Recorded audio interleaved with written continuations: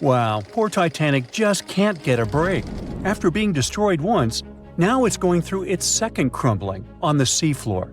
Experts think there will be no sign of it left by 2050. Recently, scientists organized a new expedition to Titanic. The thrilling journeys happened in 2021 and 2022. They studied the wreck's archaeology, mapped it, and took an incredible 8,000 images. And they discovered that oceanic forces were consuming Titanic much faster than many other ships. Meanwhile, there are some ships that have been lying underwater for centuries, and they're okay. So why is that? First, like any other shipwreck, Titanic is slowly succumbing to pressure and seawater. Parts of the promenade deck already collapsed. Captain Smith's bathtub is filled with debris because the roof fell on it. The officer's quarter door started to disintegrate as well. The bow is still holding on, buried 60 feet into the mud, just like 25 years ago. But it will also face an inevitable fate one day. Certain structures on the ship could last much longer, maybe for hundreds of years. For example, the thick boilers and reciprocating engines.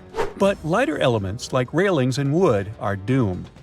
One of the biggest things that can crazily speed up the decay are hungry microbes. The Titanic is being eaten away. It turns out the Titanic has its own specific type of bacteria called Halomonas titanicae, and yes, it's literally named after the ship. This type was discovered in rusticles. That's what you call the rust formations that resemble icicles. They were snacking on the hull of the Titanic, and scientists first stumbled upon them in 2010 during a wreck expedition. These little guys slowly eat away at the steel. They stick to the steel surfaces, causing knob-like mounds of rust to form. These mounds cover the wreck of Titanic, and the porous rusticles then dissolve into fine powder. It's like they're trying to turn the ship into dust.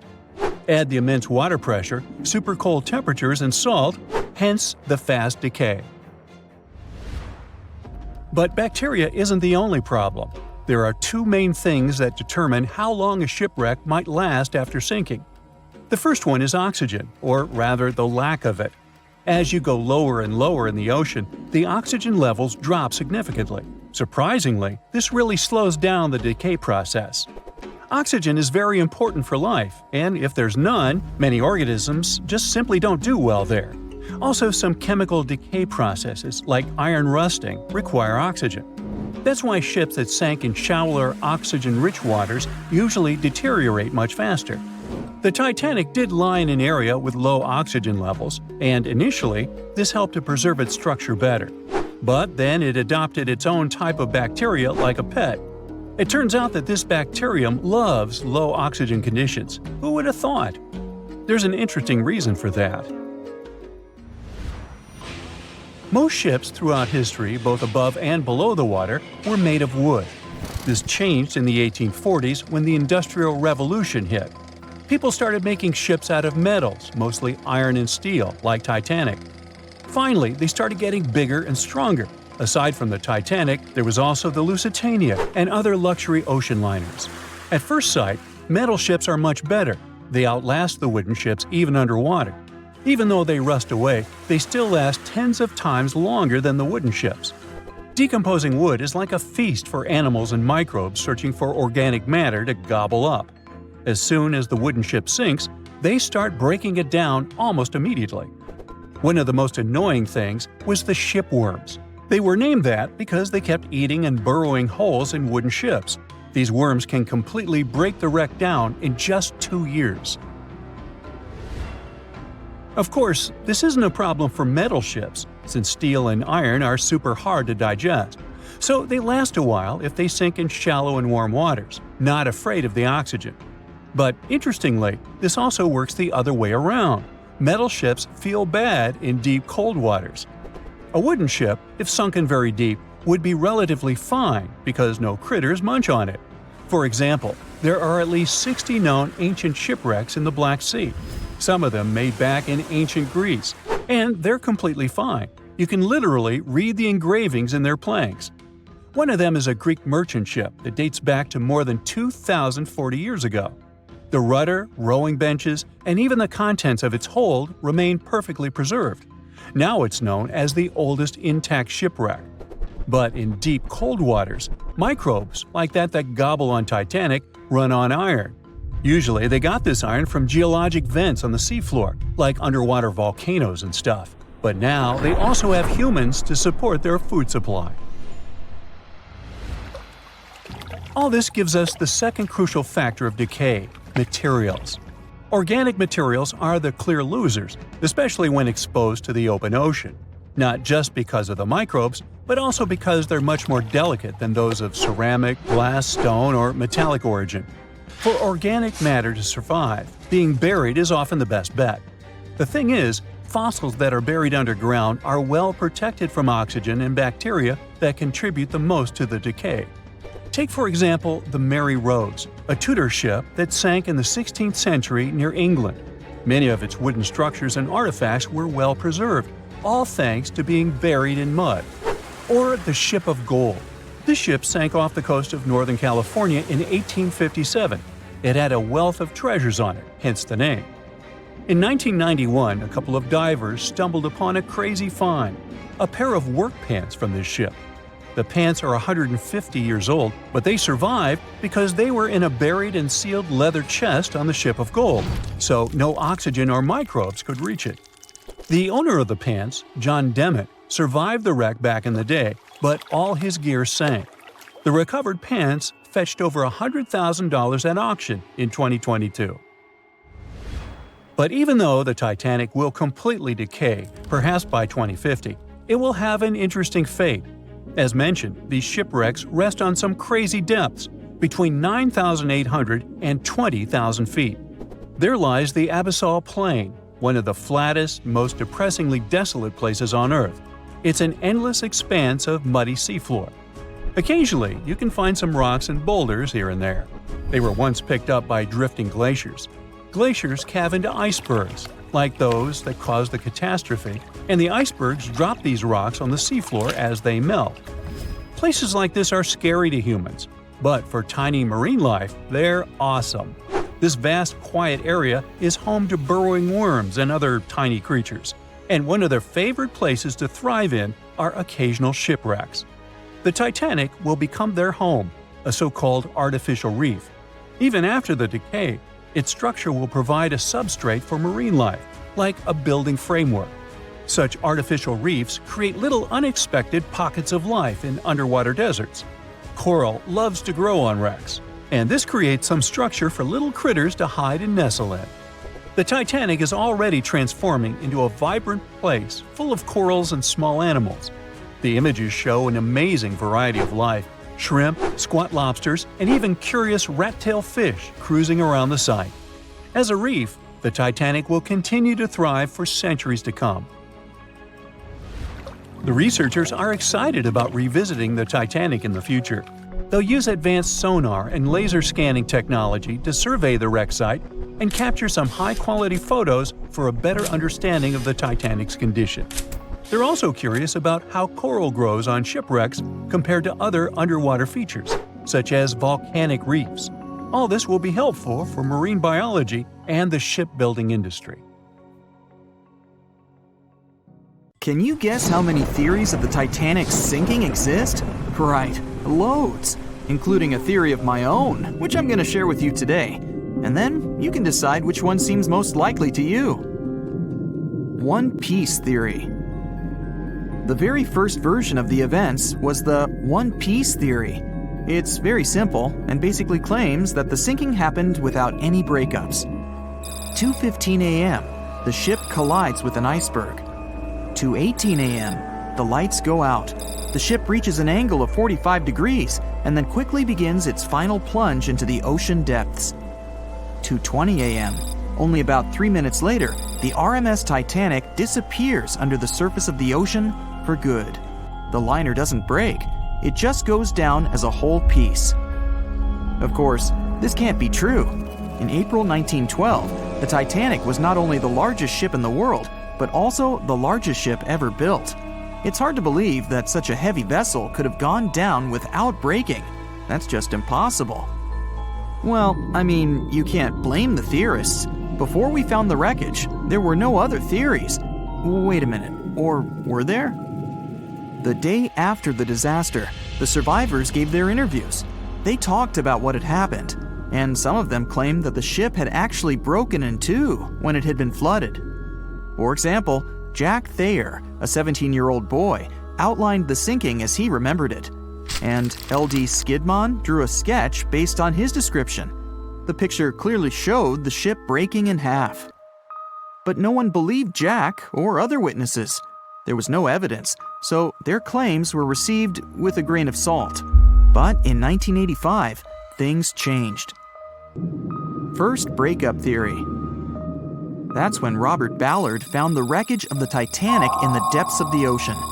When people saw the wreckage, it became clear that Jack and the other survivors had been right. The Titanic did indeed break in two when it sank. So it's time for a new theory. 2:15 a.m. The keel breaks, the starboard list eases, and the hull continues to bow and crumble. 2:17 a.m. The galley sections break off. The towers immediately drop under their own weight. The lights go out. The stern is pulled into the air. The bow breaks off and starts sinking. The aft is barely hanging on to the starboard side of the stern section superstructure. The stern section slowly lists over to port as it begins sinking again. It rises up one last time and pivots in a semicircle as it sinks. It all sounds pretty convincing, right? But people began to find plot holes in this theory. For example, the Titanic couldn't have held together until it reached such a high angle. The breakup would have had to begin much earlier. This only meant there was still a vast field for research and speculations. So people started to come up with their own possible scenarios. How about we look first at the ones no one likes? V-brake and Aaron 1912 V-brake. According to the first breakup theory, the Titanic reached a high angle, and the weight of its unsupported stern caused it to crack from the top down. But it's physically impossible. So, are there any other ideas? In 2006, Roger Long, a naval architect, decided to research a so-called V theory. 2:17 a.m. The breakup begins at a shallow angle, perhaps as little as 11 degrees. The upper structure fails and starts to crack. At this moment, only its double bottom is holding the Titanic together, but it starts to bend under the strain too, failing the ship. Water is pouring through the crack. It increases the weight in between the two sections, bending the Titanic the other way and pulling it into shape somewhat resemblant to the letter V.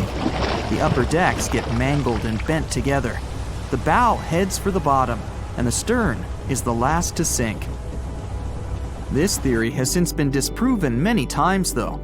Roger Long believed it because the broken edges of the upper decks in the Titanic's bow section were all mangled and crushed.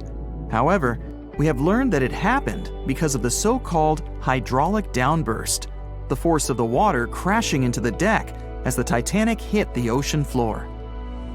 Another V-brake theory states that the bow had risen out of the water after the break. This theory was mainly peddled by one former Titanic enthusiast.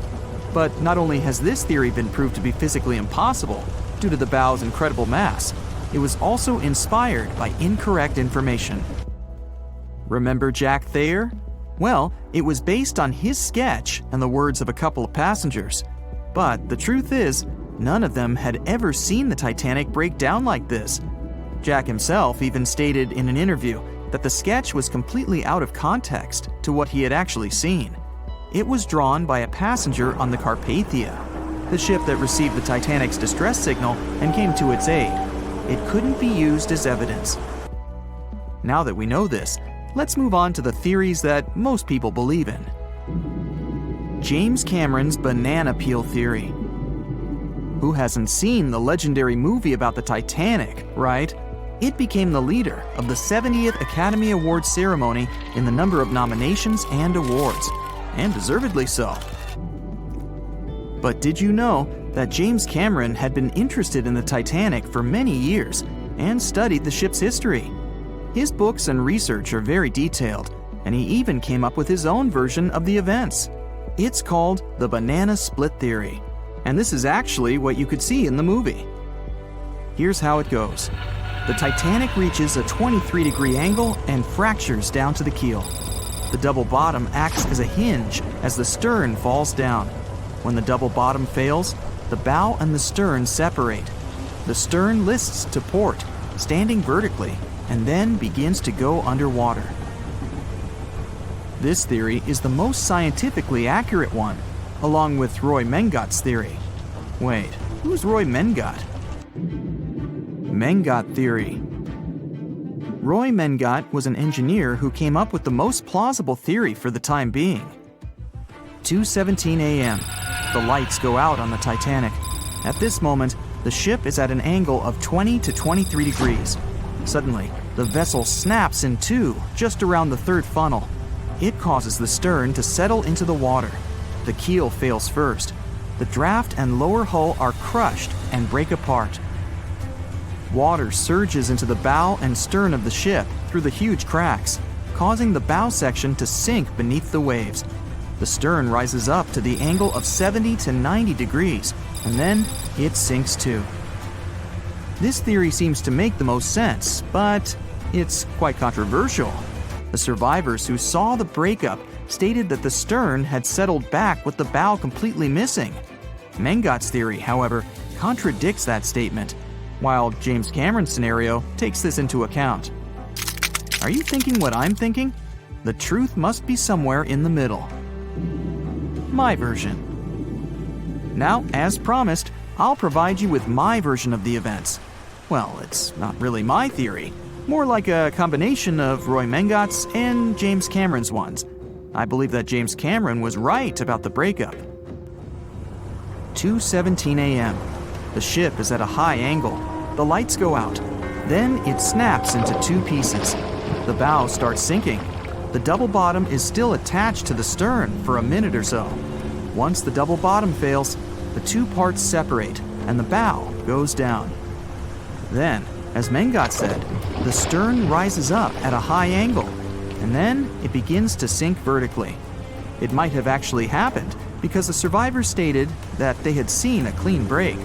This means it couldn't be hidden. And they had also seen the stern staying vertically in the air for a long enough time, probably a few minutes, before disappearing. Anyways, all of these are just speculations. Regardless of how the Titanic broke apart and sank, it was a great tragedy. It's already been 110 years since the Titanic collided with an iceberg and sank. Did you know that in 2022, the Blue Star Line Company is completing the construction of an exact replica of the Titanic? Called the Titanic II liner, the ship will be sent sailing along the same route with 2,400 people on board. Let's hope that everything goes well for them. April 14, 1912. The dark night was filled with horrible sounds of a giant metal vessel breaking into two. The largest ship of that time collided with an iceberg that was on its way. The Titanic, one of the biggest stories of the 20th century that people still talk about. The starboard side of the giant vessel brushed up against the iceberg. It was 11:40 p.m. when things started going wrong. This iceberg caused enough damage for at least 5 watertight compartments in the hull to start filling with water. The crew immediately began a brief investigation to see if they could do anything and fix things. They had no one to rely on, all alone in the darkness of the cold night, far away from the land, the North Atlantic Ocean, around 400 miles south of Newfoundland, Canada. They needed time to figure out how to bring people to safety. They had some time, true, but not enough. If you watched the movie, you know the ship didn't plunge immediately after the icy doom had happened. The whole process lasted a good 2 hours and 40 minutes. But the situation was hard. There were 2,200 people to take care of, including crew and passengers, and things happening on the ship were chaotic. The chief designer, Thomas Andrews, soon realized they wouldn't be able to stay afloat. By midnight, the entire crew had begun preparing the lifeboats for launch. They had 20 boats with space for only 1,178 people, which was just a bit more than 50% of the people on board. The order was to get women and children to safety first. Crewmen were there to row and guide the boats. The scene over the next 2 hours gradually started escalating. The crew members had a task to wake up passengers and warn them something bad was happening. They wanted to place them into a fleet of lifeboats as soon as possible. At 12:15 a.m., some crew members sent out a distress signal. A steamship called Frankfurt was among the first ones that received the message and responded, but they were about 170 nautical miles away. Some other ships also got the message and offered their assistance, but sadly, they were too far away as well. At 12:20 a.m., the Cunard liner Carpathia got a distress signal from the Titanic and changed its course right away. They were 58 miles away at the time, and it would take them more than 3 hours to get there. 20 minutes later, the crew was lowering the first lifeboat. It was carrying only 27 passengers, although it had room for 65. Many of the lifeboats that were launched first were well below capacity. Crew members were worried, thinking the Davids wouldn't be able to hold a fully loaded lifeboat. And in the beginning, many passengers were just too afraid to leave the ship.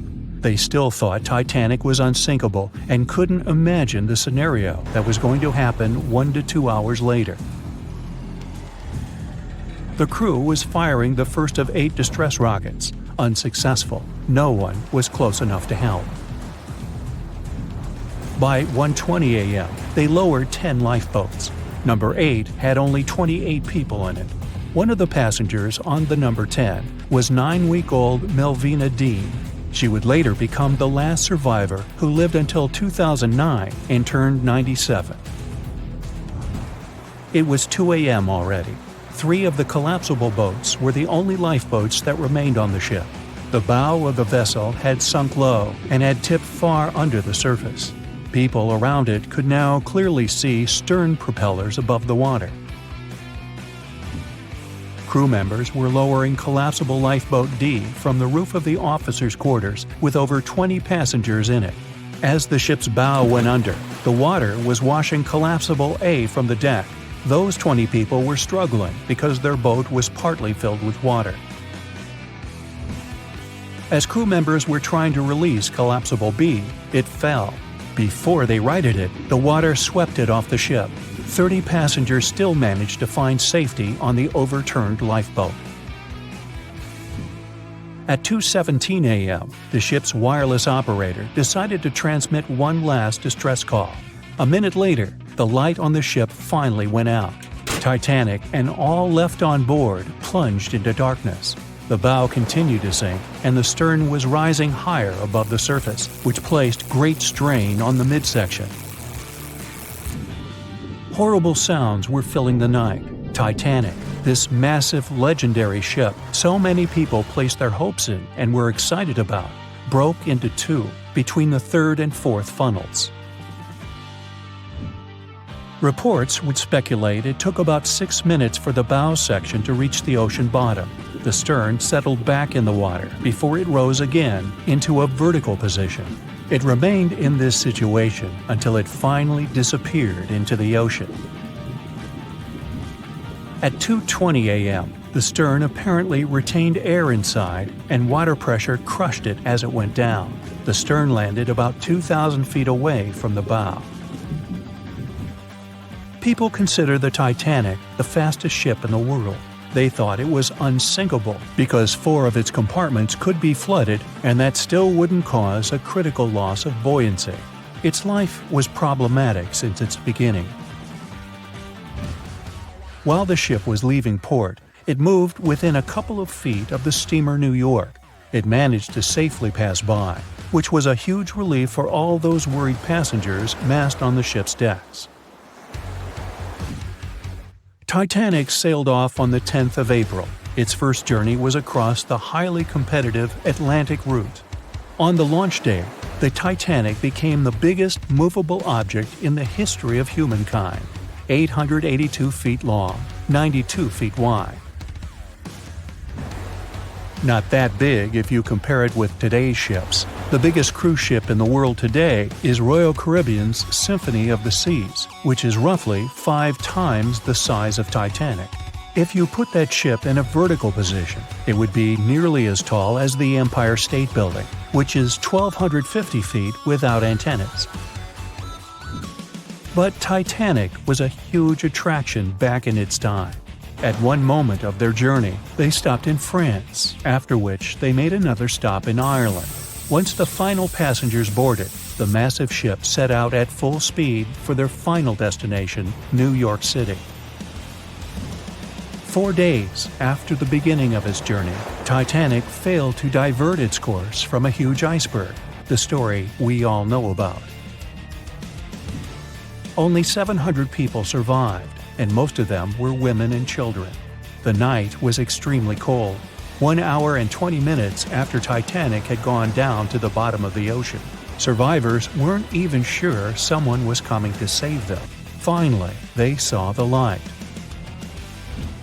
It was Carpathia coming towards them. They came for the people in the lifeboats. The crew brought them aboard and pulled a handful of other passengers out of the water. Many ships tried to contact Titanic a few hours after it sank. Their messages were never returned. Later, when there was an investigation of what really happened, they discovered the Leyland liner California had been less than 20 miles away when Titanic was sinking, but the crew didn't hear the distress signals coming from Titanic because their radio operator was off duty. Countries from both sides of the Atlantic were shocked and horrified when they heard details of what happened to Titanic. They decided to make changes to ship operations, rules that would help avoid such events in the future. They held the first International Convention for Safety of Life at Sea, where they adopted rules for every ship to have lifeboat space for each passenger on board. Also, lifeboat drills became mandatory.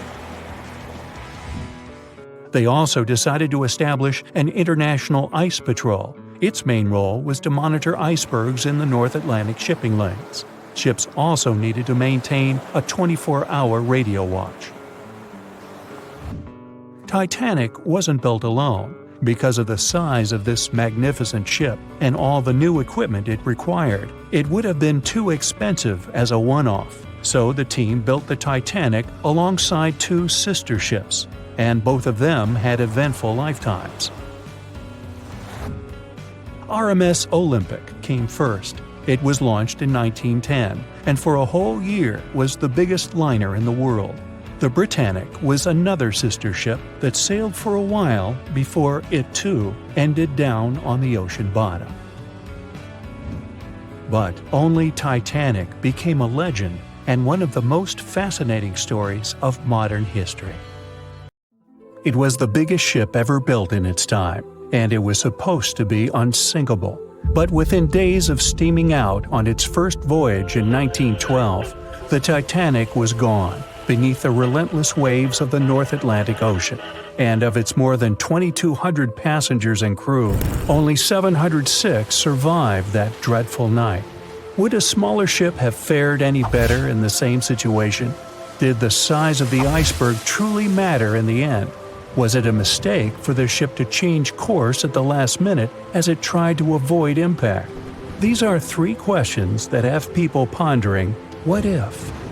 We do know that Titanic was considered an engineering marvel in its day. Designed by Thomas Andrews for the British shipping company White Star Line, it was just over 880 feet long and 175 feet tall. Built with abundant space for 840 staterooms, a swimming pool, a squash court, a gym, and 2 dining rooms. But it was below deck that one of its most impressive new features could be found. Titanic's hull was divided into 16 compartments designed to be watertight. Up to 4 of these compartments could take on water in the event of a breach, with the remaining 12 helping to keep the damaged ship afloat. It was thanks to these compartments that the ship was regarded as unsinkable. Rumor has it that Philip Frank, White Star Line's vice president, even declared, "There is no danger that Titanic will sink. The boat is unsinkable, and nothing but inconvenience will be suffered by the passengers.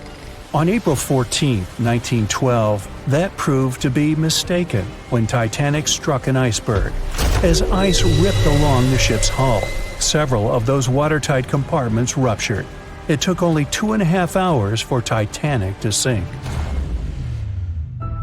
Did the size of the iceberg that hit Titanic seal its fate? Would a bigger or smaller iceberg have made any difference? Icebergs come in a wide variety of shapes and sizes. They are pieces of ice that have broken away from glaciers or ice shelves in the Arctic and Antarctic, and are now wandering across the ocean until they eventually melt. One of the tallest icebergs ever found would have easily dwarfed Titanic.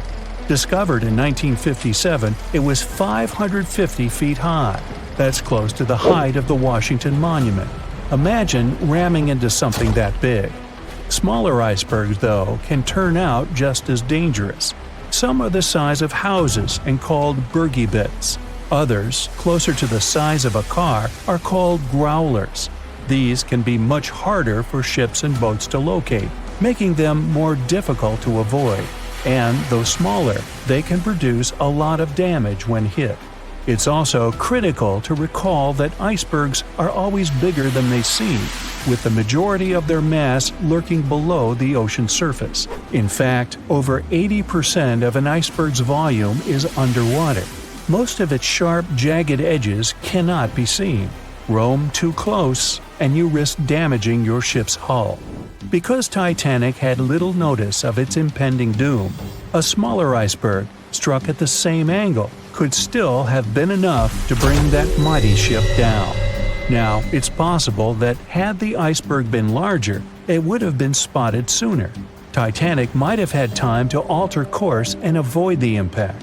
But missing that one iceberg would not have guaranteed Titanic's safety. It was traveling in a dangerous stretch of the Atlantic called Iceberg Alley. It's located 250 miles east and southeast of Newfoundland, Canada. Behind one iceberg, there could be another, and another after that. And so the crew on board had to remain very attentive to avoid several potential collisions, not just one. A smaller ship might have been better suited for the trip. Titanic's size was certainly a challenge when it came to steering. In fact, it had just left her dock in Southampton when it nearly collided with another smaller ocean liner, the SS New York, missing it by just 2 feet. The gigantic steamship was obviously not made for maneuvering quickly in tight quarters. A ship that size required time and space to change course. But when it comes to ships versus icebergs, a ship's size doesn't always matter. The Islander was a steamship designed to travel the Inside Passage in Alaska. In the summer of 1901, it struck an iceberg, which tore a hole in the front portion or bow of the ship. The vessel did not sink right away, and the crew tried to steer it to safety. Ultimately, its bow completely submerged, and its stern was lifted up and out of the water. It didn't take much longer before the ship sank completely. Of the 168 passengers and crew members, 128 survived, and $3 million in gold was lost. Islander had a 240-foot hull, making it almost a quarter of the size of Titanic, and that smaller size didn't seem to be much help in preventing a collision with an iceberg. And then there was the Hans Hedtoft in 1959. Also known as the Little Titanic or the Danish Titanic, it was referred to as the safest ship afloat. It was 272 feet long with 95 people on board. Much like the real Titanic, the Hans Hedtoft was specifically engineered to handle most of what the sea could throw its way. Along with its double steel bottom, it also had an armored bow and 7 watertight compartments. How could such a ship sink? But it could, and it did. It was on its first voyage, returning to Copenhagen, when it ran into trouble. On January 30th, it hit an iceberg. An SOS was sent, but when the Johannes Cross arrived to help, the Hans Hedtoft was nowhere to be found. The only evidence of the ship's existence was a lifebelt that was washed ashore in Iceland 9 months later. Again, the ship's smaller size didn't work in its favor. A smaller size of Titanic wouldn't have guaranteed a safe voyage in 1912. The final what if concerns the last-minute choice when the iceberg was spotted and the alarm sounded. First, Titanic could attempt a complete stop, but this wasn't an option as the ship needed a half a mile to come to a halt, and the iceberg was a mere 900 feet away. Second, the Titanic could attempt to avoid the iceberg by steering away from it. This is what the captain ordered, but the attempt was unsuccessful, resulting in a deep gash across the ship's hull. The final option? To hit the iceberg head-on. Would this have made any difference? The answer is an intriguing maybe. Some think a head-on collision would have saved Titanic. In this scenario, the collision would have limited the damage to the very front of the ship. Instead of the iceberg tearing through the hull and compromising several of the watertight compartments, only 4 of the compartments would have been breached. This meant the others could do their job of keeping Titanic afloat. The ship could be stuck, unable to move, but it would remain above water until help arrived. This would provide a ship like Carpathia enough time to reach the scene of the accident and bring the people on board to safety. One of the Titanic's designers, Edward Wilding, made a similar claim during an inquiry into the sinking. He argued that most people would have survived a head-on crash, and that Titanic itself would not have sunk. Others disagree, though. First, the special bulkheads on Titanic were designed specifically to protect the ship against collisions with other vessels, not with icebergs. These compartments would crumple upon impact, absorbing some of the force while the other ship absorbed the rest. Though the damage would still be extensive, the remaining bulkheads would keep the ship afloat. But an iceberg does not have the same flex in a collision as you would experience with another ship. Most of the force would be absorbed by Titanic, resulting in greater damage to the ship. Even worse, the impact would be carried through the full length of the ship. Rivets would burst, seams would tear, the compartments would quickly flood, and the ship would sink even faster, resulting in fewer survivors. In any case, as with most what-ifs, we'll never really know the answer. As tragic as Titanic's first and last voyage was, it did result in changes that helped make venturing out to sea much safer. Findings from hearings on the disaster led to the creation of the International Ice Patrol, or ICC, in 1914, an organization that tracks icebergs in the Atlantic and Arctic Oceans to ensure vessels in the area can avoid them. In the US and Britain, ships were obligated to carry enough lifeboats to accommodate every person aboard. Regular lifeboat drills were made mandatory. And finally, the bulkheads on ships were made higher to keep water out, and bottoms were stretched to create double hulls, helping make the compartments truly waterproof. There's no denying that Titanic was a terrible tragedy, but the lessons learned from that night to remember has helped prevent many more. It was September 12, 1990. In those times, way before instant messaging and Zoom calls, a little girl was looking for pen pals. Zoe was aboard a ship from England to Belgium on vacation with her parents. She was only 10 years old at the time, but was a very clever schoolgirl. She took a piece of paper and started putting some words together. She introduced herself, then wrote about how she liked ballet and playing the flute and the piano. Of course, she couldn't help but mention her 2 adored pets, a little hamster she called Sparkle and her fish Speckle. She also put down the address at which she could be reached in case someone was interested in writing back to her. But alas, she was at sea. Who could she send this message to? An interesting idea came to her mind. She carefully placed her letter in a plastic bottle, tightly closed the lid to protect it from the water, and threw it into the sea. The little girl's excitement faded away over the years as she didn't receive a response. Maybe the bottle got stuck somewhere. Maybe it was swallowed by some big, scary sea creature. Or maybe the water actually poked through the plastic cap and destroyed her message. Many years later, on Christmas, a letter for Zoe was received at her parents' house under her maiden name. The postage signaled that the message was from Europe. It was from a Dutch couple, Piet and Jacqueline Lateau, who had found her delicate bottle and were very considerate to write back. They pointed out that they had found the letter among the debris thrown at the shore by the sea. Zoe's letter had been stranded for a staggering 23 years at sea and traveled for more than 350 miles to reach its final destination near Rotterdam in the Netherlands. That's quite a voyage for a small plastic bottle. A story similar to that of Zoe is the strange connection between two little boys. A little German boy named Frank Uzbek was on a boat traveling to Denmark when he got the same idea as Zoe. He was 5 years old at the time he put together a message and threw it into the unknown. The year was 1987. He got his response years later when he was 29. His letter, just like the one Zoe would send a couple of years later, had been at sea for 24 years. His message was found by a boy named Daniel Korotkin while he was on a walk with his parents on the Koronian Spit near the Baltic Sea. Daniel was lucky that his father knew enough German to translate the message. The unlikely friends eventually met via video call in 2011. Not all message-in-a-bottle stories have been explained away. In 2013, a Croatian surfer came across a damaged bottle while near the Adriatic Sea. The message it contained dated back to 1985, and it was from a man named Jonathan.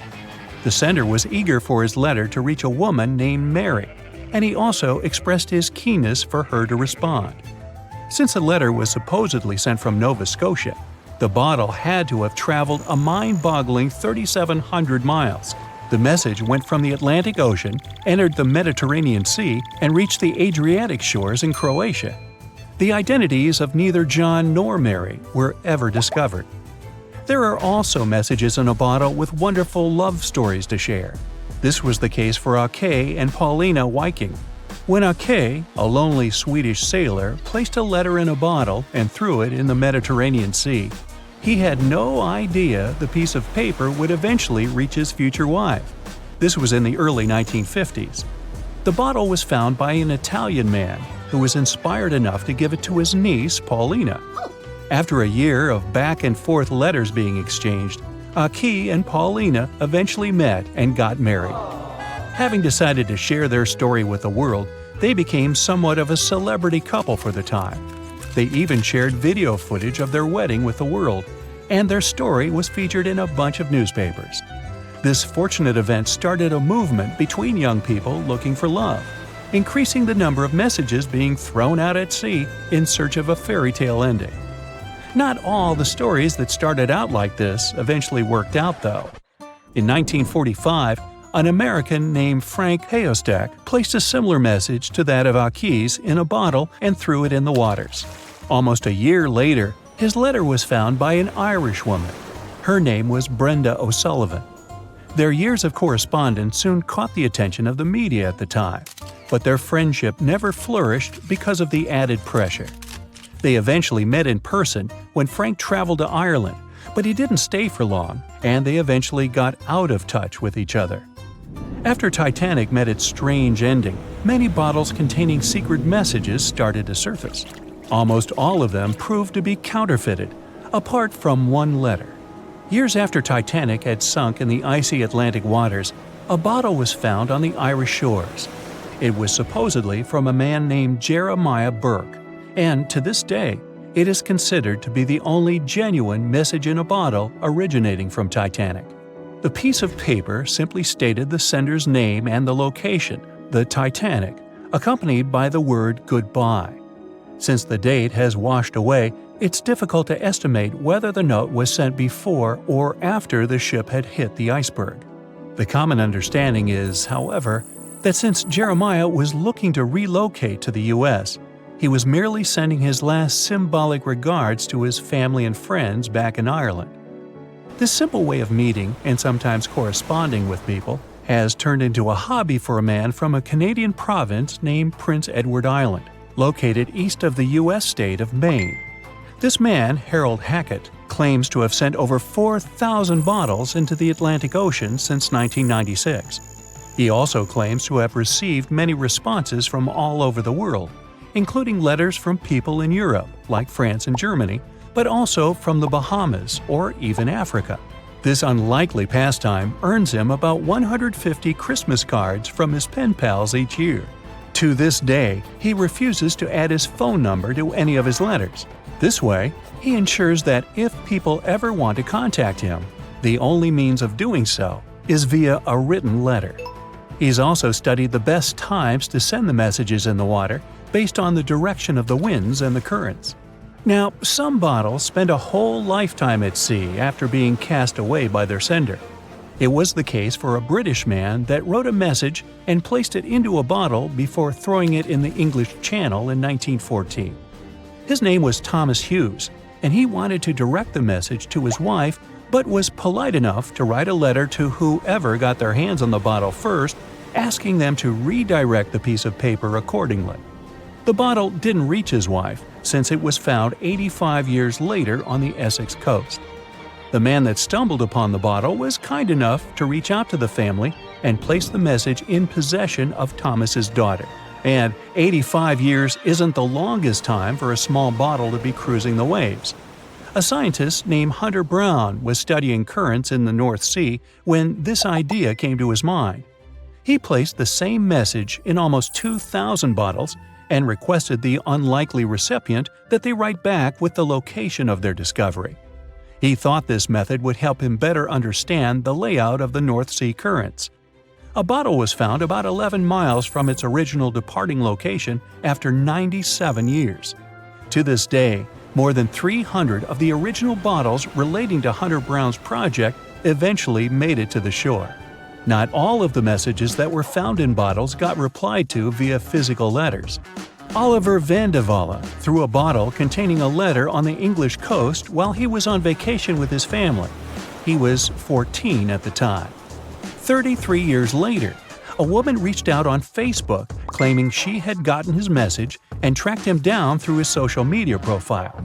At first, he hardly remembered having placed the letter in the bottle, but he eventually recounted the events, even the fact that he sealed the bottle with candle wax to make sure it was leak-proof. And then there's Christina Aguilera and her bottle. No wait, hers is about a genie in a bottle. Okay, never mind. Meet Arthur John Priest. No, he isn't famous for being a painter or for discovering some long-lost treasure. He didn't invent some cool gadget or break any world records. No, Arthur John Priest is famous simply for being unsinkable. Proving one can be both lucky and unlucky at the same time, Priest was involved in and survived several mishaps at sea, including the fateful maiden voyage of the Titanic. Priest was not a rich man interested in sailing for pleasure. He was part of the working class, employed as a stoker or fireman, stuck for hours within the hot bowels of large steam-powered vessels. His job was dirty and difficult. He was responsible for keeping the furnaces lit, feeding them coal to ensure enough steam was produced for the engines to work. He had to be careful about not overheating the system or setting fire to the whole ship. The furnaces had to be carefully watched and constantly fed. He breathed it all in a while, working and fighting with the sweat and the dirt. He would often work shirtless because of the heat and was always covered in black coal dust. And when he finally had a break, his shared living quarters were nearby in the same part of the ship. He must have been good at his job though, because he had no trouble finding work. But wherever he went, bad luck seemed to follow. The first incident was a mild one. As a young man, Priest worked on the RMS Asturias. The passenger liner first set sail in 1907, traveling between Southampton in the UK to Buenos Aires in Argentina.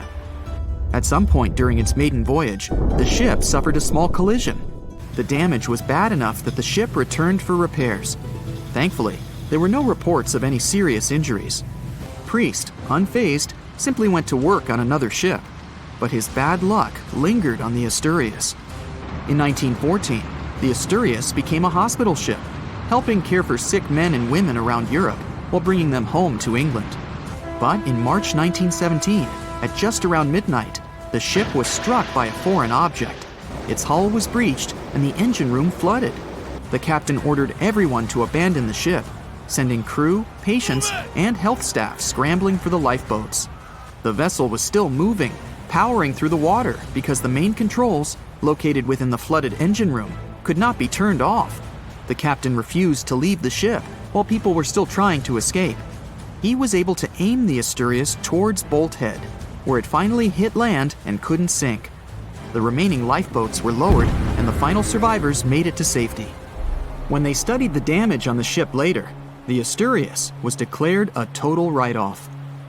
It might be hard to pin this particular disaster on Priest. After all, he wasn't even on the ship at the time. But it seemed that many of the ships on which he served were destined for trouble. His bad luck followed him to his next job on the RMS Olympic, a massive ocean liner. The Olympic was big. In fact, it had been designed and built as part of the fleet that included the Titanic. But with size came sacrifice. The Olympic was great at moving in one direction, but very difficult to handle when it needed to turn. It was September 1911. The Olympic was trying to alter its course. The Hawk, a smaller ship sailing nearby, didn't give the larger vessel enough room to maneuver, and the two slammed into each other. Because the Hawk was engineered to deal with potential confrontations when out at sea, its reinforced bow tore through the Olympic. Two large gashes appeared on the ocean liner's side. The propeller shaft was badly twisted, and worse, the ship began to take on water.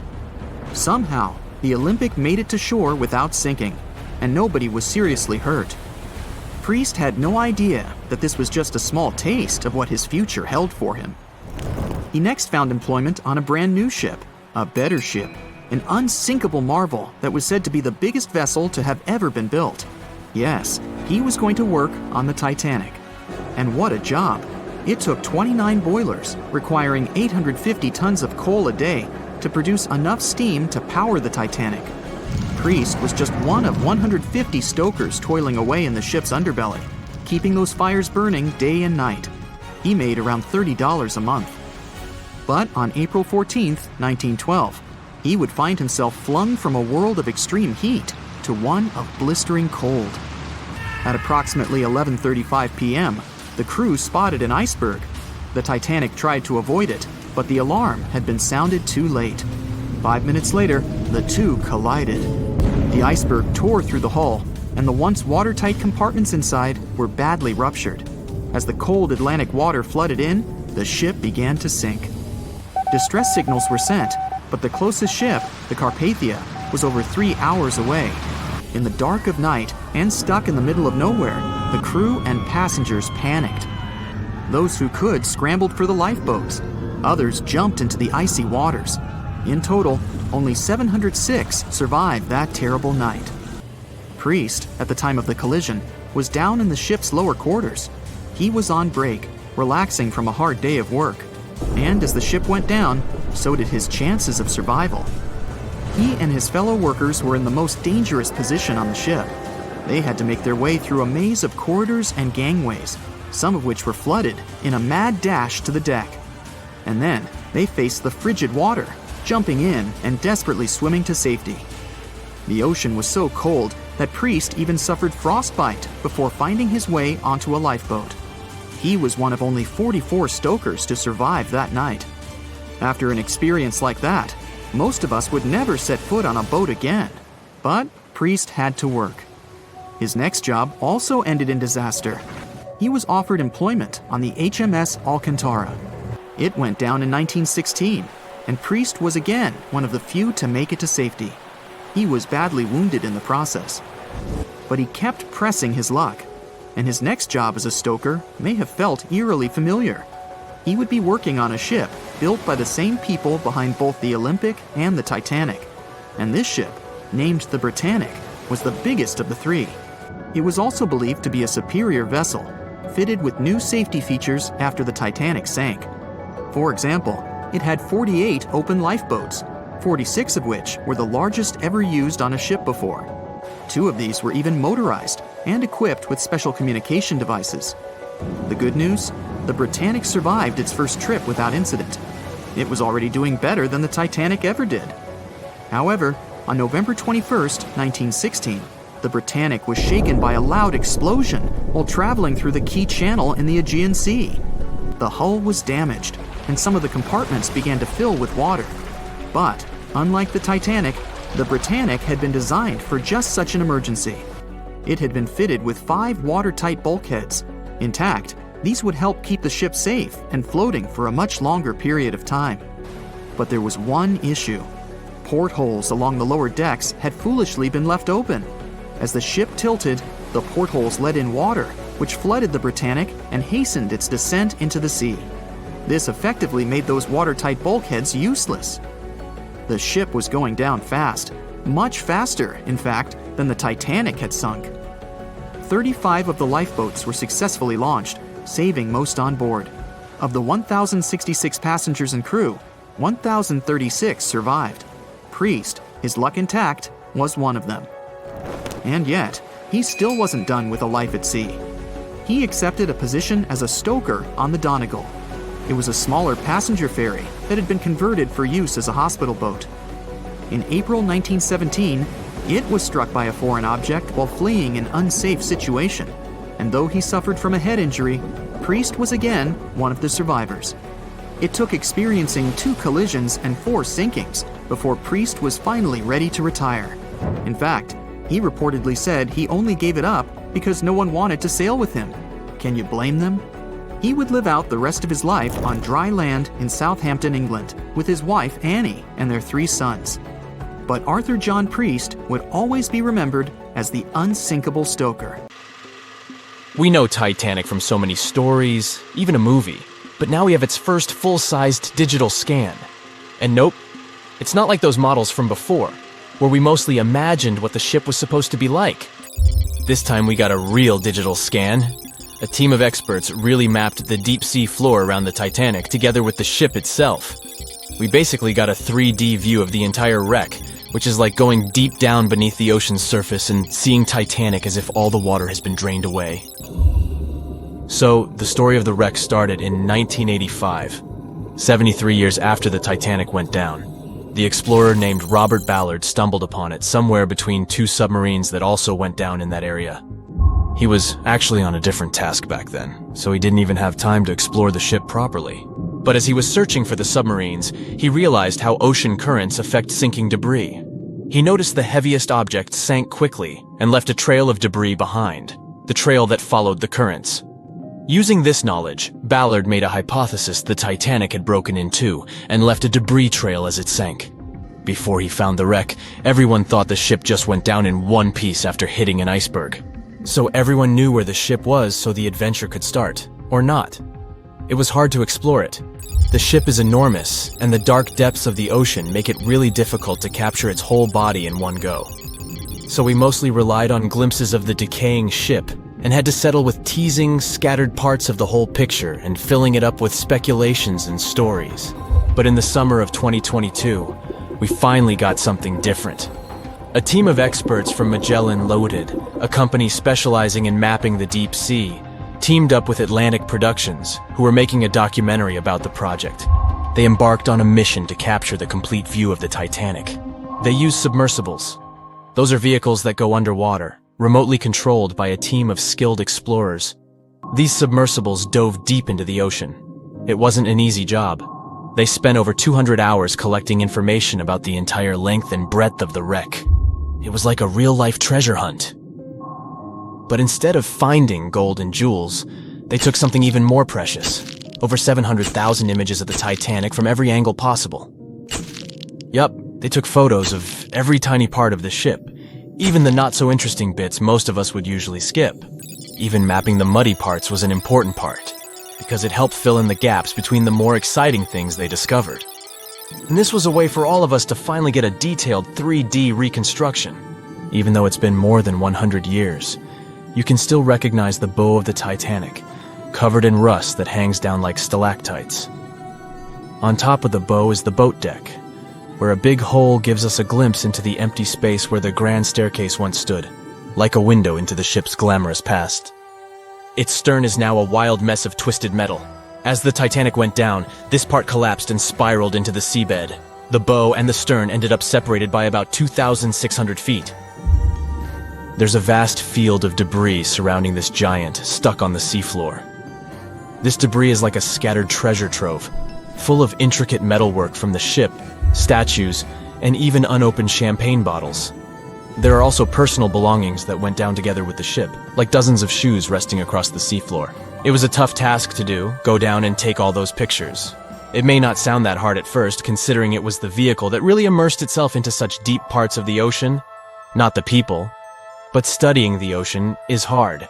We haven't explored, mapped, or even seen over 80% of it. The conditions are harsh, and the pressure becomes more intense the deeper you go. And their vehicle had to dive down to nearly 13,120 feet below the surface. That's like 12 Eiffel Towers stacked on top of each other. Plus, you have strong currents in that area, so it was probably like trying to navigate through a watery maze. And submersibles weren't supposed to touch anything. Even the slightest wrong step can damage the wreck that was already so fragile. It seems like the Titanic is frozen in time, so it will always be there waiting for us. But in reality, it's slowly disappearing. It's pretty obvious that the ocean water ruined it considering how long it has been down there. But it's not just that. The wreck itself has become a home for a specific type of bacteria Halomonas titanicae that even got named after the famous ship. These bacteria have a special ability. They can survive inside rusty formations known as rusticles. They kind of look like icicles, those spikes of ice that form when water falls from something and freezes. These bacteria have a taste for iron, which is abundant in the ship's hull. For them, it's like a real buffet down there. And as time goes by, these bacteria will keep eating away at the iron in the ship, bit by bit, until one day the feast comes to an end and the whole ship is gone. It's like a slow but steady recycling process.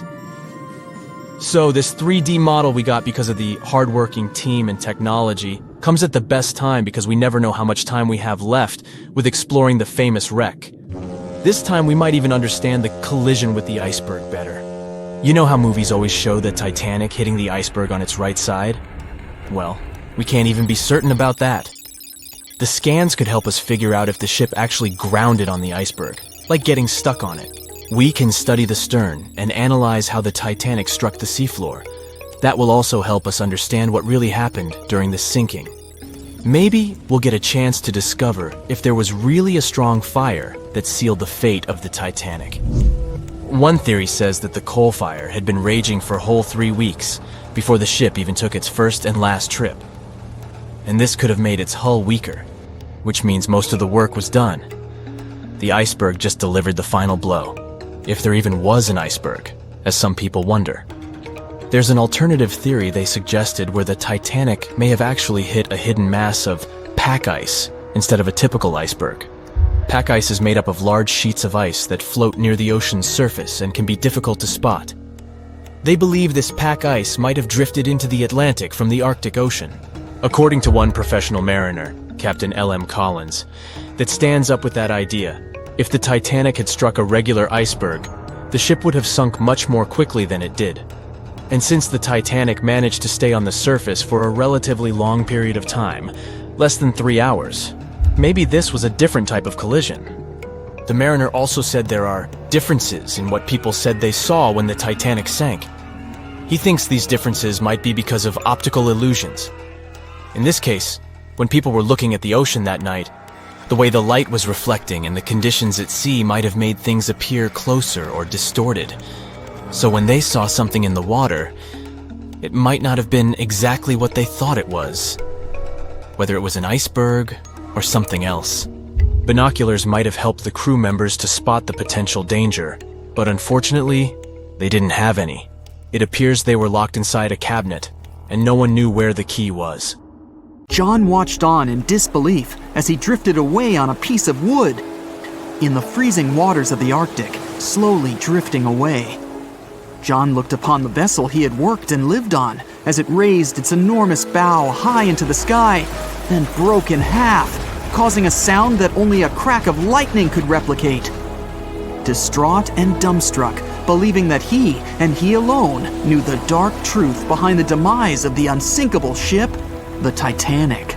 5 days earlier, as the Titanic set sail on its maiden voyage, John worked hard alongside his mates in the coal bunker, stocking up the coal to feed the Titanic's mighty furnace. They had stocked and stored more than John had ever witnessed on any other ship he'd worked on. But this was the Titanic, the grandest ship to have ever sailed the seas. On the Titanic, there could never be too much coal. As they left Belfast and pushed toward Southampton, there was a large bang below decks that went unnoticed. The furnace was roaring and the turbines were spinning, pushing the Titanic forward at a quickened pace. The crew cheered as the vessel moved forward, unaware of the loud, concerning noise. Arriving in Southampton, Greg came aboard, amongst hundreds of other passengers. With 13 years at sea, his vast experience included the role as a quartermaster on 6 previous ships. Ready for a new challenge aboard the greatest vessel ever made, he was looking forward to this next challenge of his career. Greg came with a wealth of experience, especially with sailing through the Arctic. His role was vital within the crew, understanding the seas around the North Pole. He would be a key lookout as they set to cross the perilous path of the Iceberg Alley. Greg had some concerns regarding the voyage. The Earth's orbit was remarkably close to the Sun and the Moon, causing higher tides. This would make icebergs more prominent, drifting them further away and towards the route of the Titanic as they journeyed to New York. Assessing the lookout tower and inspecting the available gear, Greg found no binoculars. This made him concerned, but the sailors just laughed at Greg. "If the deck is short on ice cubes, we'll be sure to plow right through a berg to resupply." A sailor laughed. Greg didn't share this sentiment. Eager to find out why they had been left short-handed on equipment, since he had such a vital role on the ship, Greg inquired further. Sadly, the officer with the keys to the binocular supply cupboard had been removed from the crew at the last minute. Greg couldn't believe something of this importance had been overlooked. For such a mighty ship with so many people aboard and crossing in a particularly perilous path, this just didn't make sense. But not wanting to be fined for breaking into the ship's property, Greg let it slide, hoping that they wouldn't need the binoculars in the end. Ultimately, if there were icebergs expected, a warning call would be made to the captain, informing of any concerns. Little did Greg know that a warning had been received, notifying of the dangers that awaited. But the telegram didn't provide the required prefix, which would have ensured direct delivery to the captain. So, the critical warning was just overlooked. John and his crew below decks prepared for departure, stoking the engines. He noticed an essence of thick exhaust, far too heavy than what would be expected from the furnaces. The crew searched throughout the lower decks. Following a thorough search, they managed to locate the cause of the exhaust. It was an ignited pile of coal within a coal bunker. Unknown when it had ignited, a buildup of coal had clearly been smoldering, slowly growing in size. The amount of smoldering coal was concerning. The alarm was raised, alerting an officer to review the matter.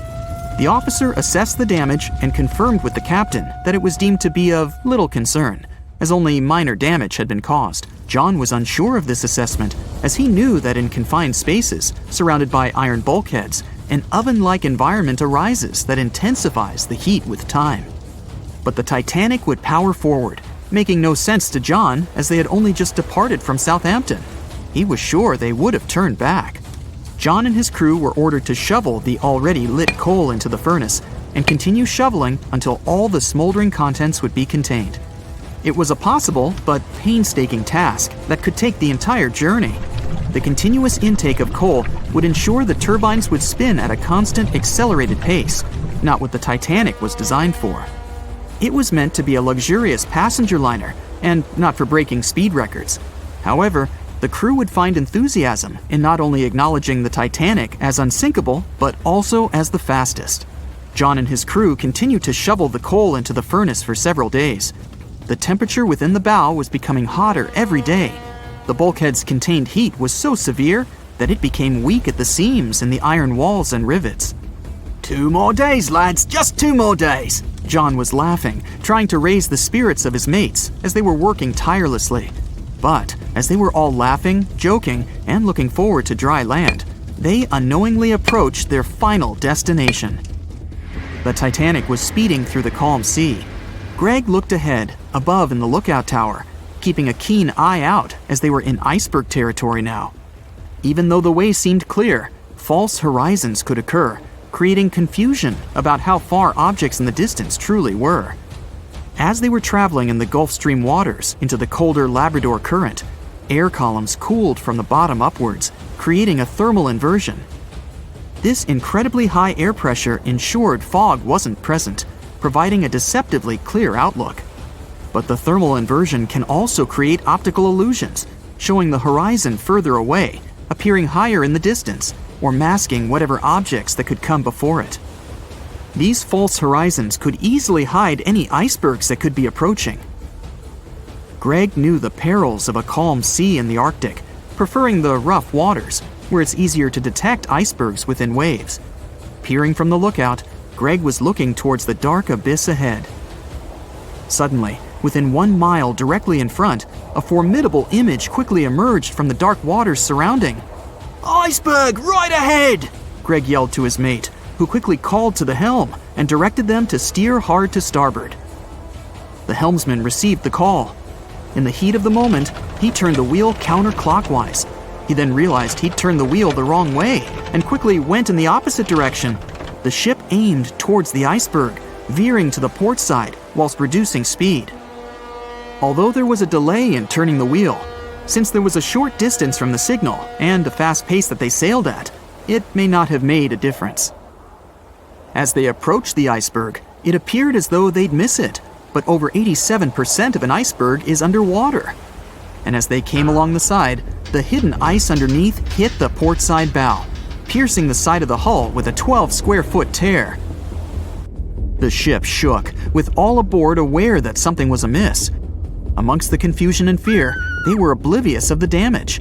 As they gathered their bearings, 6 out of 16 compartments were quickly filling up with seawater. The hull could only withstand 4 compartments filling before sinking. Time was ticking as the Titanic made its descent into the depths. The weakened bulkhead with heated steel pillars and rivets broke under the pressure and sudden change of temperature from the ice-cold water. The call was made to abandon the ship. Lifeboats were prepared to be released, while help signals were sent out to nearby ships. The radio operator was guiltily sitting, constantly calling out to a nearby ship that had been in contact with the Titanic recently. There was steady communication with this ship over the past few days, providing warnings of icebergs since the Titanic departed from Southampton. The final warning message received was just 1 hour ago. Upon receiving the final warning, the operator ignorantly responded, "Shut up," with the assumption that their warnings of icebergs were pointless. Following this unfortunate response, the ship turned their radio off and provided radio silence. The closest ship that was responding to their distress signals was 500 miles away, too far to provide any assistance in time. There were countless mistakes that caused the Titanic's watery end, whether they contributed directly or from sheer ignorance. The most tragic of them was the number of people aboard the ship, 2,224 of them.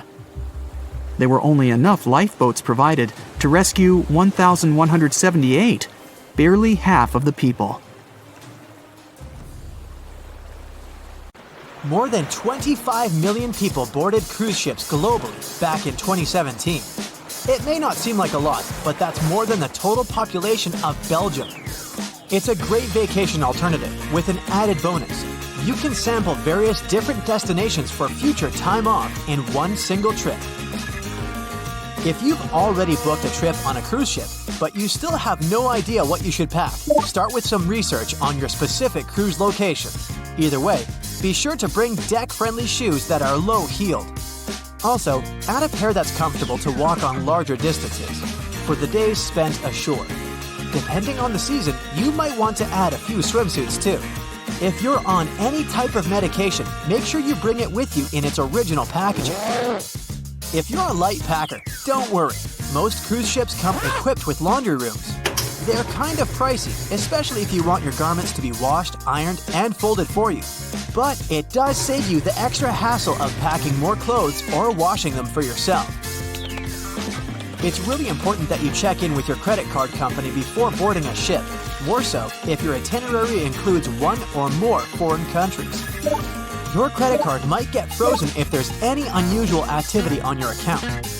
Most of these companies have algorithms that get triggered once there are charges from different countries in rapid succession, which is exactly what you'll be doing on a cruise ship.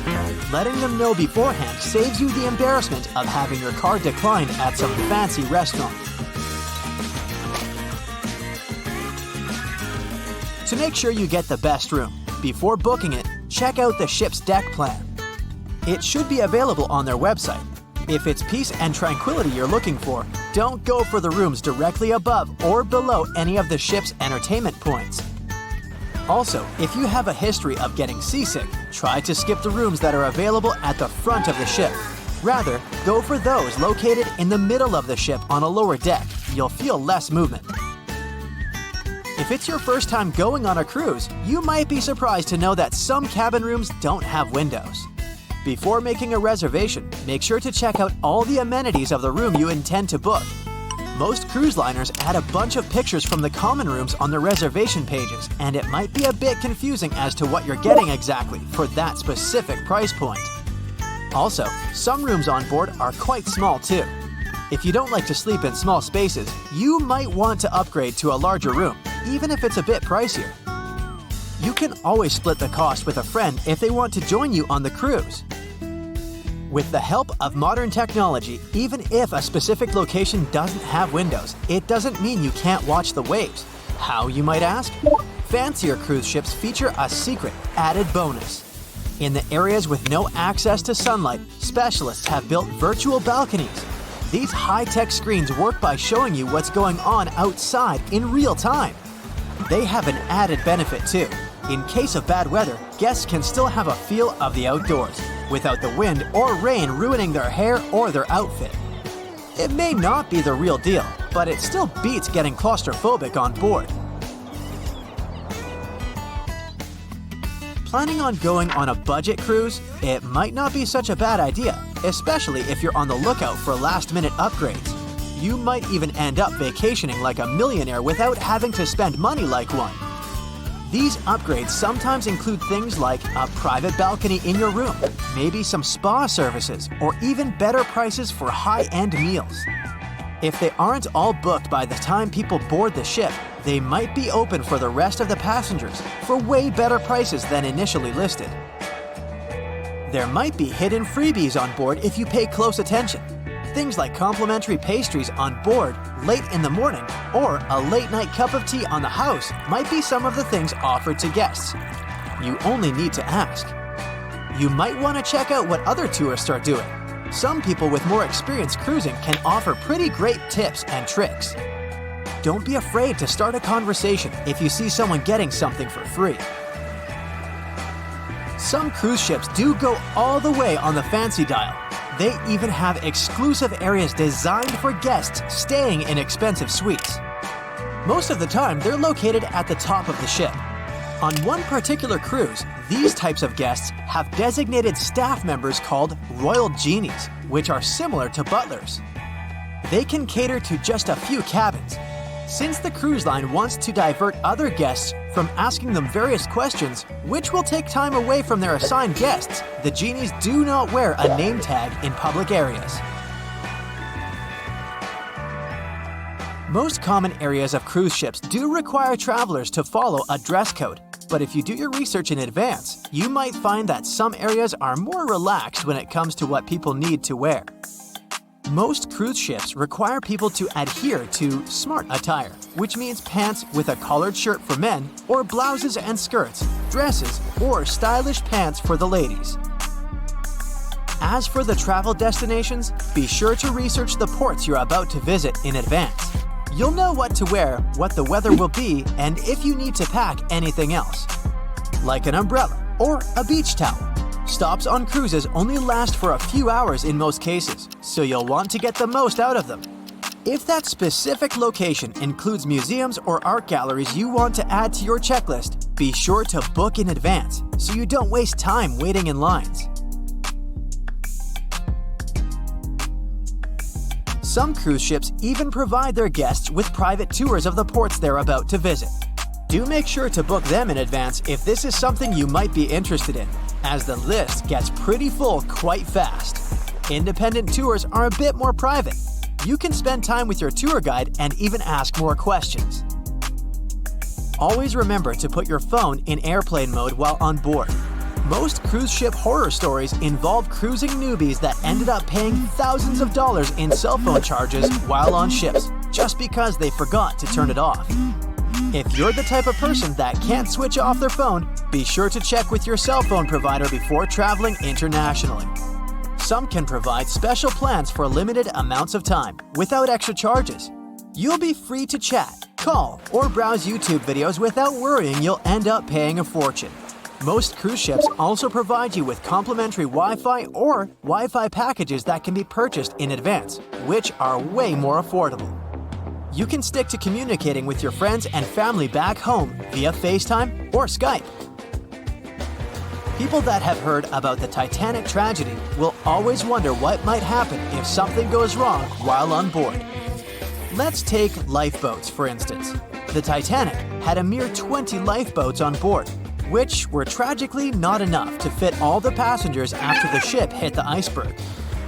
Some fancy cruise ships these days have an even lower number of lifeboats, anywhere from 15 to 18. Sounds strange? Well, not really, given the fact that each lifeboat can accommodate up to 370 people. Even the largest ships, which have an estimated capacity of 8,000 people if fully booked, including tourists and staff, are safe in case of an emergency.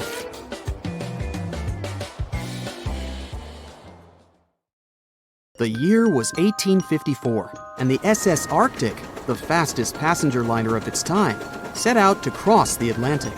As it sailed through the misty veil, it slowly disappeared into the unknown.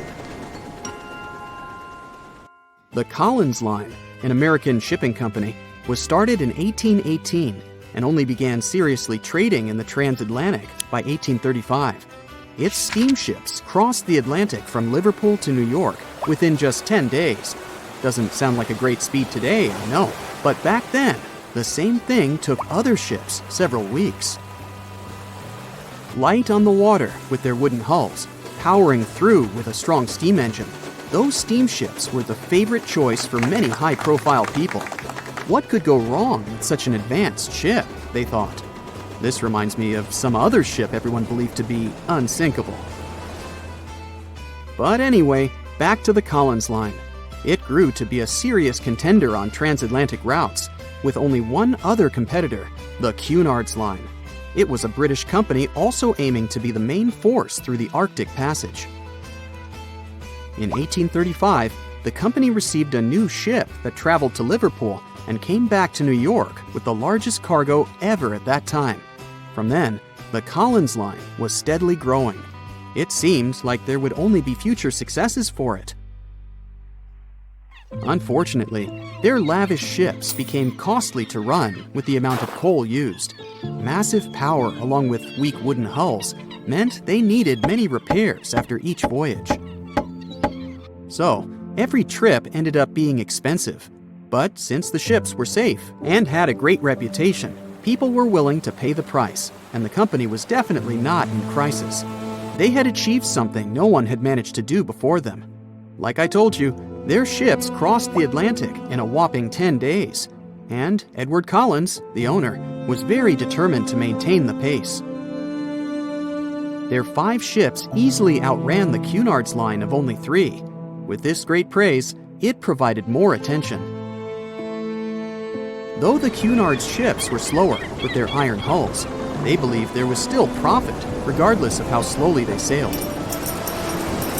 Among Collins' ships, the Arctic, the third of them to be launched, was the largest, reaching 284 feet long, with 2 side-lever steam engines, each with 1,000 horsepower. The paddle wheels made 16 revolutions a minute when at full speed. At the time of its launch, the press called it the most stupendous vessel ever constructed in the United States. But glamour and fame couldn't avoid what would come next.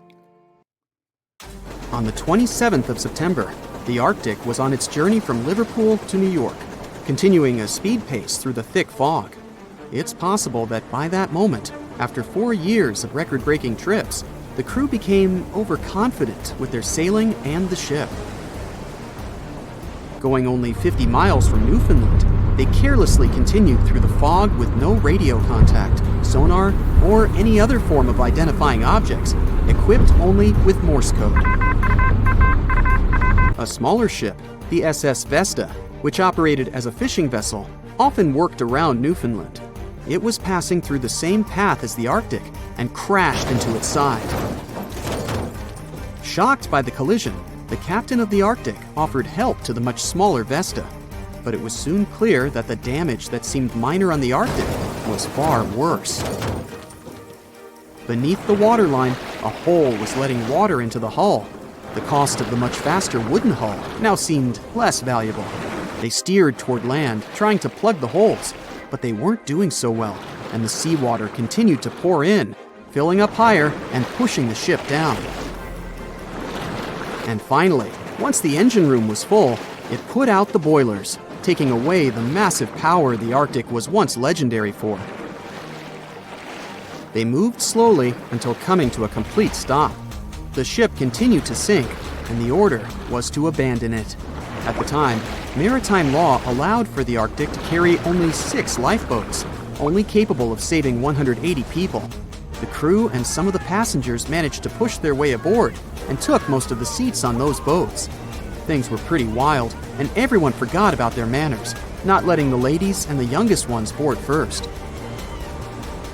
It took 4 hours for the Arctic to sink. 150 crew and 250 passengers were on board. Those that weren't able to find a lifeboat made a desperate attempt to build their own rafts from parts of the ship. 2 days later, only 3 boats made it safely to the shore. The other 3 were never found. Believe it or not, the rescue party also saved some people that had been clinging to the wreckage for 2 days.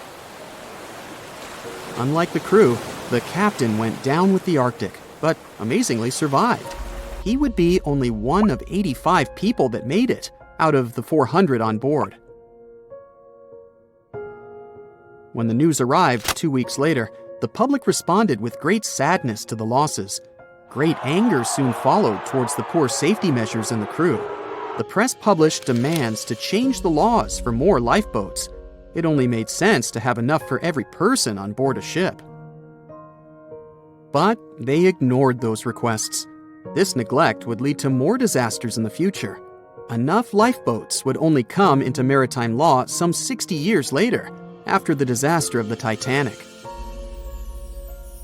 Edward Collins' wife and 2 children were also aboard the ship and didn't return.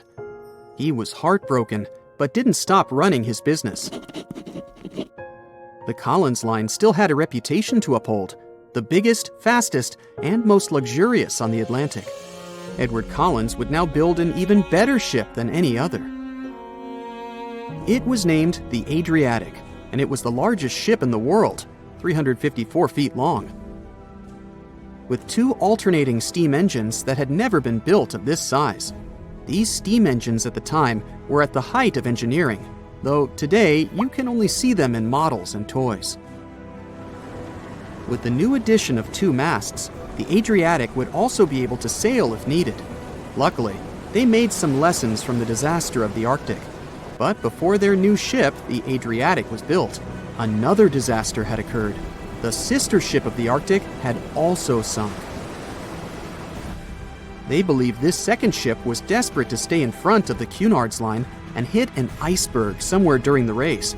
This weird contest took the lives of 141 people. The desperation of Collins and his weakly built hulls pushed the company towards bankruptcy in 1858.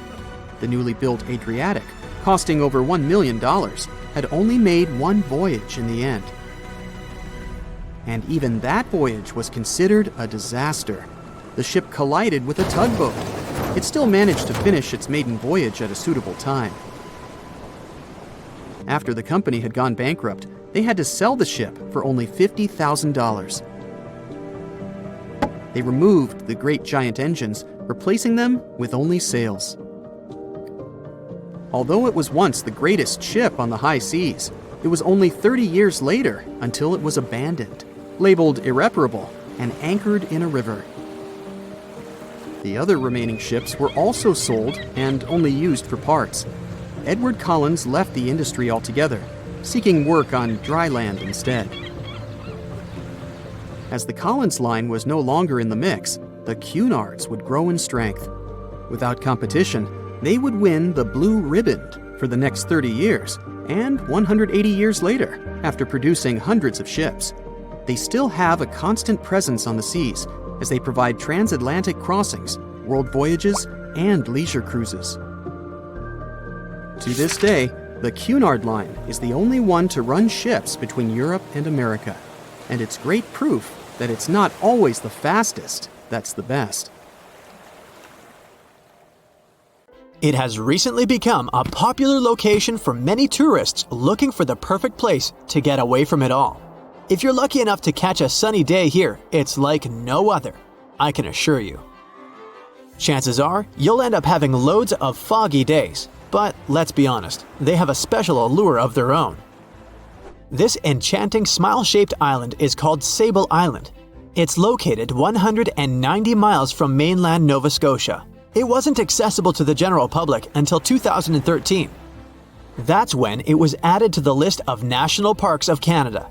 You can get here either by plane or by water. But what's so enchanting about this place anyway?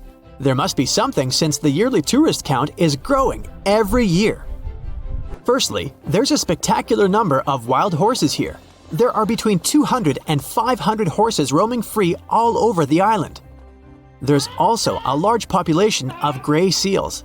The place is also the only breeding location of a rare bird species called the Ipswich sparrow. If you're already considering a trip here, there are some things you need to know first. Remember that fog I mentioned earlier? Well, it turns out that Sable Island is the foggiest place in the Canadian Maritimes.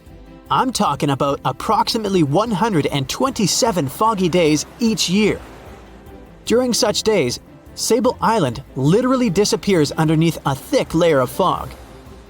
You won't be able to explore the place on your own either. The local regulations state that visitors need to travel within a group, and they also need to keep a 197-foot distance from the wildlife they can encounter here. As charming as this place may be, it holds a dark secret hidden beneath the sandy dunes, and it has nothing to do with beautiful creatures living here or the island's unique vegetation. Apart from being known from its horses and seals, Sable Island is infamous for an overwhelming number of shipwrecks. Over the years, about 350 ships have ended their lives here, on these sandbars. When survivors described their experiences, they usually mentioned harsh weather conditions near this mysterious island. The island also made its way into literature when it was described in a book called The Perfect Storm, which was written by Sebastian Junger and published in 1997. The book was so successful that it was later adapted for the big screen in 2000, with George Clooney playing the leading role. The first recorded shipwreck near Sable Island dates back to 1583. The boat was named the HMS Delight and was under the command of British adventurer and explorer Sir Humphrey Gilbert. Only 17 people managed to survive the catastrophe by escaping in a small boat. Records mention that they spent 7 days at sea before reaching the shores of Newfoundland. In 1884, another vessel named the Nicosia struggled in the thick fog as well. The ship was completely destroyed, but fortunately, all 18 crew members managed to survive. The captain's son was almost lost at sea when a lifeboat capsized when he was climbing into it.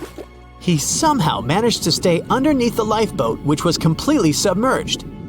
When this lifeboat righted, he eventually emerged from the water and was rescued for the second time. The years between 1947 and 1999 were relatively quiet on the island. In 1999, though, a yacht called the Merrimack ran aground near the shore of the island at about 2 a.m. on July 27th. The 40-foot fiberglass boat had a crew of only 3 people. Natural gas exploration workers, who were luckily not far away, rescued them. The crew managed to fly safely to Halifax the next day. The owner of the Merrimack tried to recover his boat by hiring local fishermen. Unfortunately, this operation was unsuccessful, since only the fittings of the yacht were eventually saved. It took no more than 6 weeks for the sand and waves to crush and completely break up the hull of the Merrimack. So what is it about this place that's so dangerous for boats? Does it have anything to do with the weather? Or maybe there's other forces at play? The explanation turns out to be a bit more complex, and it wasn't easy to figure out, at least not way back in the 1500s. First of all, the island is located close to one of the world's richest fishing grounds. Since it's also near one of the major shipping routes between Europe and North America, hundreds of vessels sail past it each year. The likelihood of shipwreck increases when there are so many boats roaming around the area. Sable Island is also in the way of most of the storms that move up the Atlantic coast of North America. It's no surprise that boats often get hurtled straight onto the shores of this island. The weather has a lot to do with it too. During the summer season, the warm air from the Gulf Stream creates a dense fog as it merges with the cool air by the Labrador Current that passes by the island. Other currents don't help the matter. Sable Island is next to the meeting point of three major ocean currents: the Gulf Stream, the Labrador Current, and the Belle Isle Current. Since the 1950s, radars and other modern navigation tools have been used on commercial vessels as well. Up until then, the sextant was the main instrument used to figure out a ship's location. It doesn't mean that sextants weren't accurate, but this instrument couldn't work properly without a clear view of the sun or stars, which means it didn't help much in dense fog, such as the one surrounding Sable Island, or when it was cloudy. Often during bad weather, the captain of a ship navigated, relying on their experiences and intuition based on the ship's speed and direction. That's why most of the survivors in shipwrecks near Sable Island said that the captain had simply miscalculated the ship's position, crashing into Sable Island by accident. This dusty, sandy land is as unfriendly to ships as it is to trees. There's reportedly a single tree on the whole island, and it looks a lot more like a bush. It's actually a pine tree.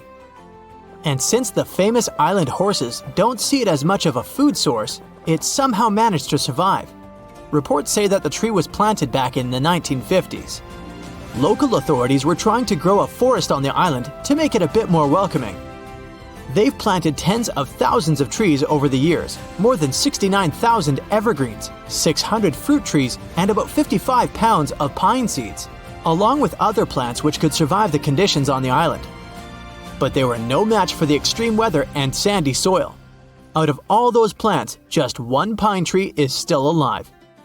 Thanks to its resistance, it has even become a symbol of Sable Island.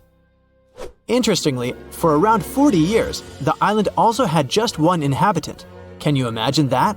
One person living on a remote island for so many decades? It's the story of a woman called Zoe Lucas. She chose to surround herself with the only residents on the island: the horses, the gray seals, and the many species of birds. An esteemed naturalist, she mentioned in an interview she gave back in 2017 that she was used to living on the island and that she never got lonely. To survive here, she had to put together an essentials kit. It included a notebook to take notes and a pair of binoculars to study the wildlife. You can safely assume she wasn't scared of the intimidating surroundings, since she decided to eventually call this place home. At first, Zoe wanted to set up camp on one end of the island, near some abandoned buildings. But eventually, she settled in a wooden house near a bunch of sand dunes. A Canadian institution called the Meteorological Service of Canada put together the simple construction back in the 1940s. Parks Canada operates the building these days.